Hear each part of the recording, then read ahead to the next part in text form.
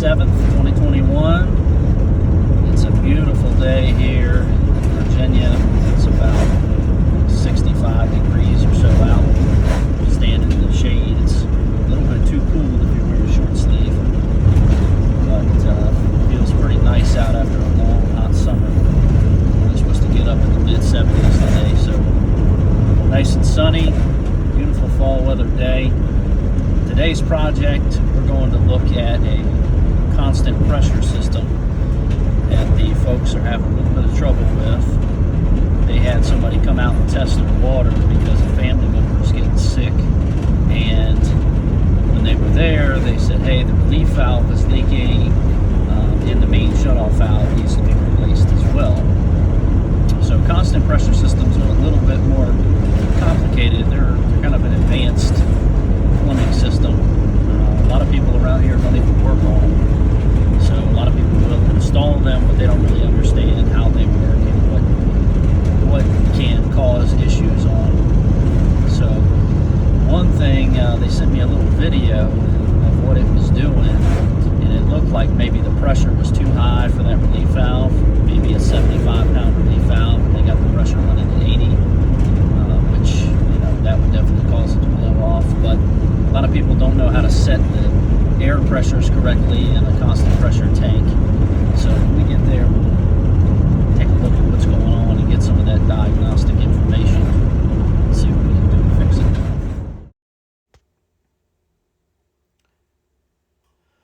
it. Okay, so we're looking at our constant pressure system here, and over there where my hand is now, that's the main shutoff valve. It's a cheap plastic valve, and they're often very tough to turn, usually because improper installation. And now I'm going to check the air pressure in this tank. I've drained the system down to 0 and cut the electronic box off. On a constant pressure system, this manufacturer calls for the air pressure to be set to 70% of the set point. So they have it set for 70 psi being delivered to the house. And so this should be 49 psi. And you can see my gauge is zeroed out. And we're going to cut the system back off here for a second. And when I put the gauge on here, you'll see it's going to have no pressure at all.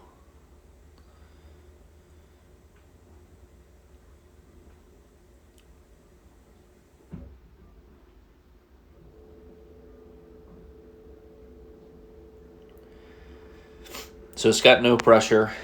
We should be at 49. That air went somewhere.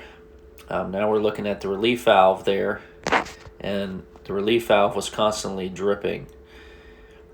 And that may have went bad simply because the tank was not operating properly either.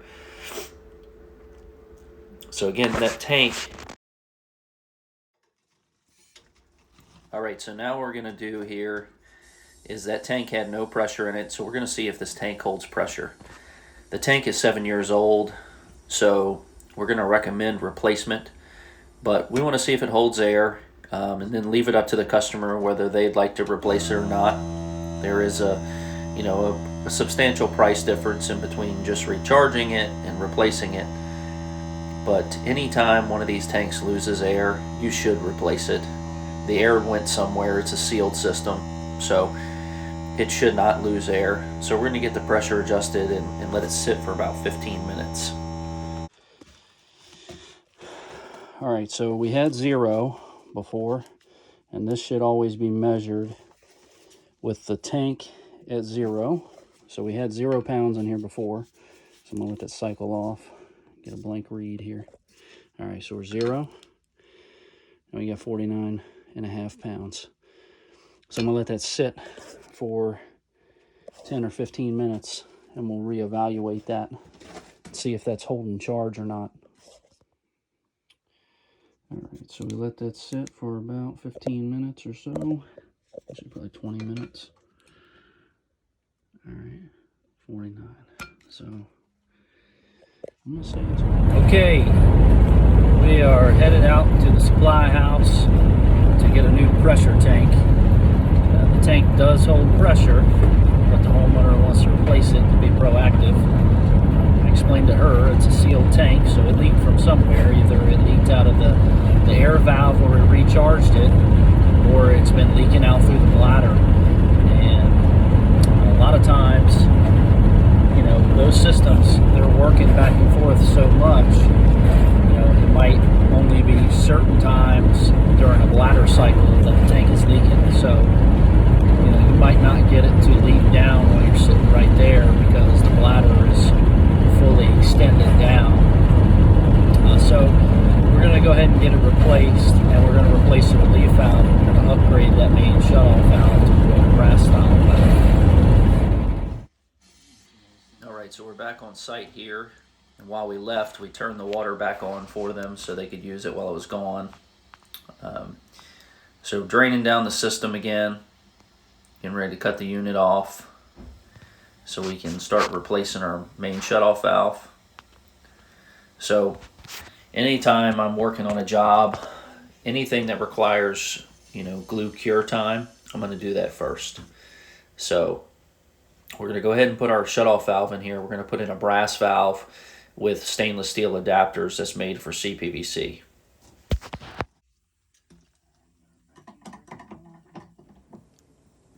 All right, so now we're going to take out our old relief valve, and I believe the relief valve failed because the pressure tank had failed also. And when you don't have that pressure tank and there's no buffer there, because liquids aren't compressible, the pressure rises and falls very quickly. So I've got that out of there, put a little bucket underneath of it, and I'm just looking inside of the valve for some minerals, any kind of buildup in there, but not a lot in there. Then the next thing we're going to do is take this pressure gauge off, or the main valve rather. So I'm just cutting the CPVC. Normally I would cut it with a bow saw, but that wasn't in my bag, so I took a chance on the ratchet cutters and worked out fine for me this time. But normally, once CPVC has been installed for a while, I'll cut it with a bow saw, just so that way I don't crack it up the line. It's really, I think it's kind of junky pipe. I'm really starting to prefer PEX over CPVC and just upsize it one size. But it gets a little brittle, and they had that cheap plastic valve in there, so we're going to put in a 1-inch brass threaded ball valve with 2 1-inch male adapters in it. And Sioux Chief makes a valve that you can just glue right in, but it's actually a little bit more than double the cost of buying a valve and putting male adapters in it. So what I usually do is I'll buy a couple of those at a time, and I'll just go ahead and make them up, and then I have those valves ready to go. They can just be glued in. I don't have to spend time while on site doing it. It just helps streamline the day a little bit. You can certainly argue the point that the Sioux Chief valves, when you put those in, you just gluing them right in, and yeah, they cost $30 more, but ultimately the customer is going to pay for that. So, it saves you time, but only, 2 minutes at the most to put a couple male adapters in. So for me, I'd say, save the $30, and it's worth it.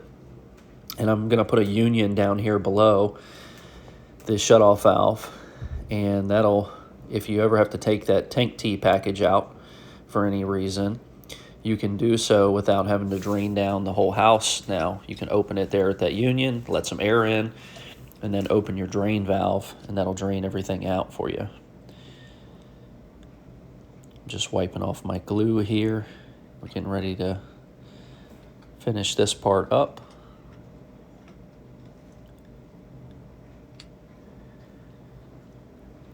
Whenever I can, I use the yellow CPVC glue. I do like the orange CPVC glue if I just need to make a quick repair. And say if I'm doing a hose bib, I love the orange glue for that.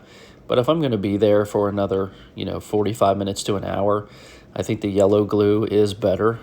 It just takes longer to set up. And so on 1 inch, I let it sit for 1 hour.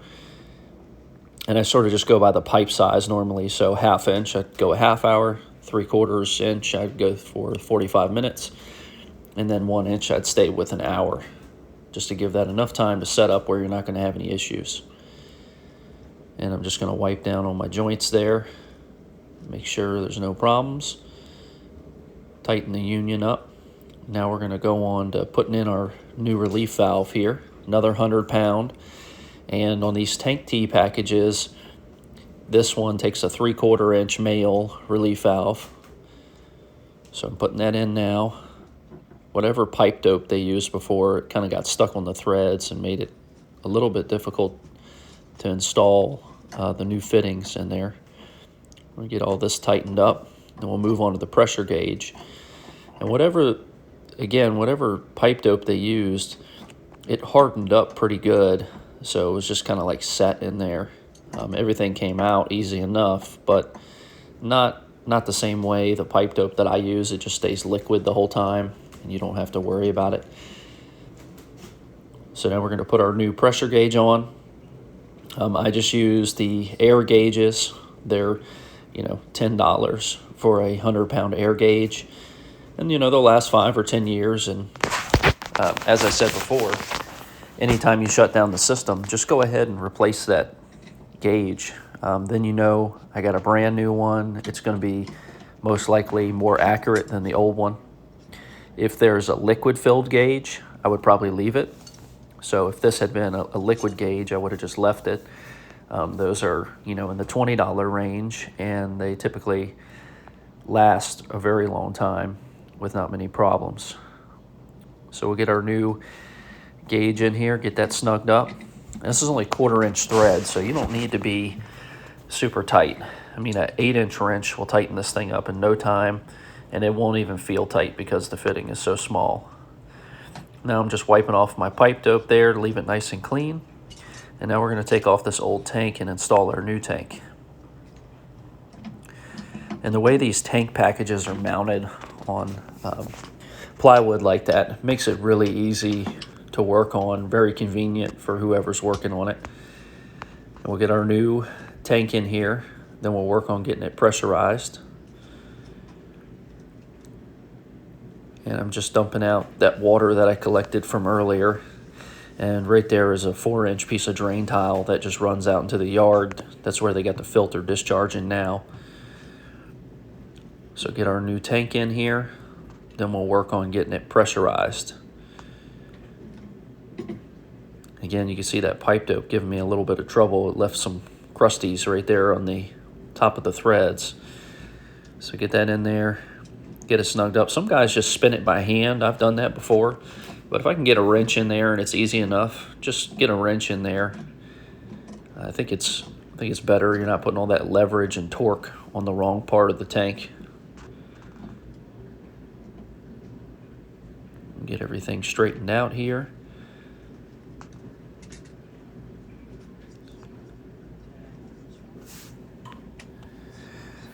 And now we're going to go ahead and adjust our air pressure. Again, we want 49 pounds in this unit, so let's get on to that. So the tank is good. And now we're going to take her up to 49.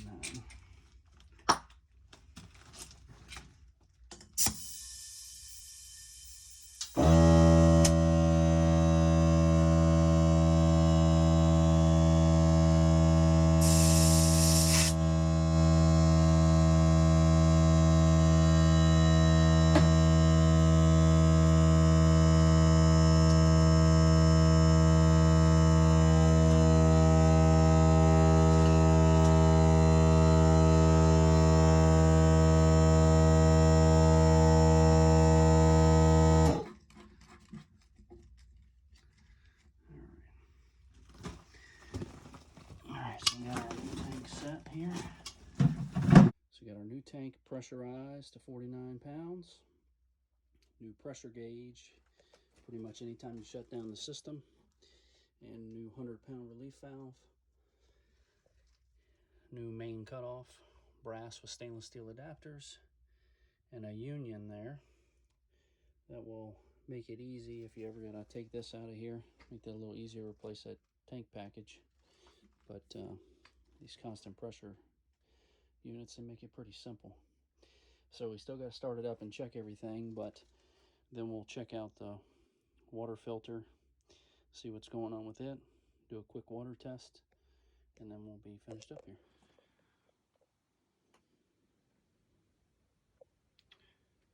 All right, so we still got a few more minutes for the glue to cure, but I've got us all stickered up. Got us some information on there for the next person who comes to work on it. New gauge, new relief valve, new main shutoff, and got our labels on there so we can identify what does what. All right, so we're going to start this thing up. And I don't have a lot of confidence in my pressure gauge here, so we're going to do this a little bit of a fun way. Turn that on there. Let it pressurize. Okay, that looks pretty good.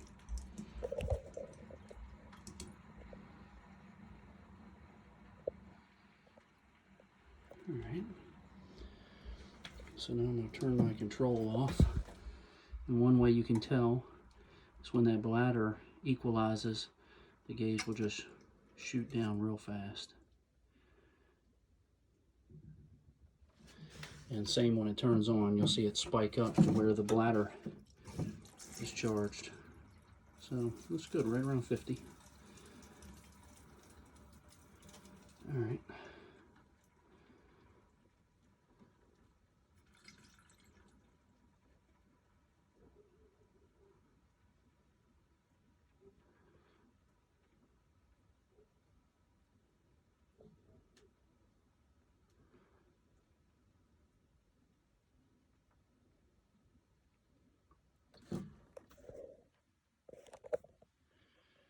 Alright, everything looks like it's running good. And I got the kitchen faucet running right now. I'm going to do a water test.